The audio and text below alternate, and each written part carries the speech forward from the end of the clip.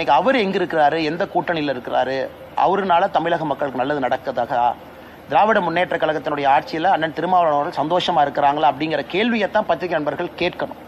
அதிமுக பொதுச் செயலாளர் எடப்பாடி பழனிசாமியை விமர்சித்த விசிக தலைவர் திருமாவளவனுக்கு பாஜக மாநில தலைவர் அண்ணாமலை காட்டமாக பதிலடி கொடுத்துள்ளார். அதிமுக இப்படிப்பட்ட நிலைப்பாடுகளை எடுப்பதன் மூலம் தமிழ்நாட்டு மக்களிடமிருந்து மெல்ல மெல்ல அவர்கள் விலகி நிற்கிறார்கள், அந்நியப்பட்டு கொண்டிருக்கிறார்கள், அவர்களே அவர்களுக்கான சரிவை நோக்கி போய்கொண்டிருக்கிறார்கள் என்றுதான் கருத வேண்டியிருக்கிறது. பாஜகவினுடைய தயவு வேண்டும் என்பதற்காக தமிழ்நாட்டு மக்களின் ஆதரவை அவர்கள் மெல்ல மெல்ல இழக்கும் நிலைப்பாடுகளை எடுத்து வருகிறார்கள். நாட்டுக்கே தெரியும், மக்களுக்கே தெரியும், இந்த அரசு ஆட்சி பொறுப்பேற்றதிலிருந்து நீட் விலக்கு மசோதாவை எத்தனை முறை சட்டமன்றத்திலே நிறைவேற்றி ஆளுநரின் ஒப்புதலுக்காக அனுப்பி வைத்திருக்கிறது என்பதை தெரியும்.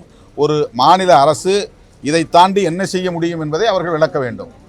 நீட் விலக்கு மசோதாவை சட்டமன்றத்திலே நிறைவேற்றி ஆளுநரின் ஒப்புதலுக்கு அனுப்பியதை தாண்டி வேறு என்ன செய்ய வேண்டும் என்பதை அதிமுக விளக்க வேண்டும். ஒரு முறைக்கு இருமுறை அனுப்பி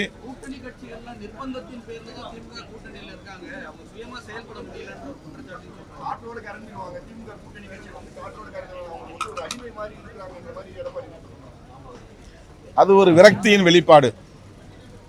திமுக கூட்டணியில் இருந்து சில கட்சிகள் வெளியே வரும் என்று இலவு காத்த கிளியைப் போல காத்திருந்தார்கள். அவ்வாறு இது நிகழவில்லை. நிகழாததன் விளைவாக, விரக்தியின் விளைவாக இத்தகைய கருத்துக்களை அவர்கள் சொல்லி வருகிறார்கள். அதிமுக தனது ஆதரவை தமிழக மக்களிடம் இழந்து வருவது திருமாவளவன் விமர்சனம். அண்ணே, இது இன்னைக்கு நம்ம இந்த இடத்துல இருந்து அரசியல் பேசினா சரியா இருக்குமான்னு தெரியலீங்கன்னா, காரணம் நம்ம தமிழிசை அக்கா இல்லத்துக்கு வெளியிருந்து பேசுகிறோம். திருமாவளவன், அதனால் நான் கடினமான எந்த வார்த்தையை இன்னைக்கு பயன்படுத்த விரும்பலைங்கன்னா, திருமாவளவன் பொறுத்தவரை இது ஒரு அரசியல் பேச்சாகத்தான் நான் பார்க்கின்றேன்.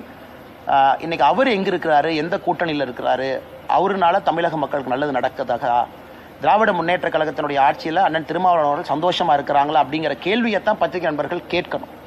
குறிப்பாக பட்டியலின மக்களுக்கு எதிராக நடக்கக்கூடிய தொடர் குற்றங்கள், இதெல்லாம் அண்ணன் திருமாவளவன் அவர்கள் உண்மையாலுமே பட்டியலின சகோதர சகோதரிகளுக்காக கடுமையாக போராடுறாங்க அப்படின்னா அதெல்லாம் ஏற்றுக்கிறாங்களான்னு கேட்கணும். அதை விட்டு மற்ற கட்சியை பற்றி, அவங்க கூட்டணி எப்படி இருக்கணும் அப்படிங்கிறத பற்றி அதிகமாக கவலைப்படுற மாதிரி இருக்குது. ஊட்டியிலேருந்து முதலமைச்சர் கவலைப்படுறாரு, அண்ணன் திருமாவளவனுங்க கவலைப்படுறாங்கன்னா அவர்களுக்கு பயம் இப்போதே வந்ததாக நாங்கள் பார்க்கின்றோம்.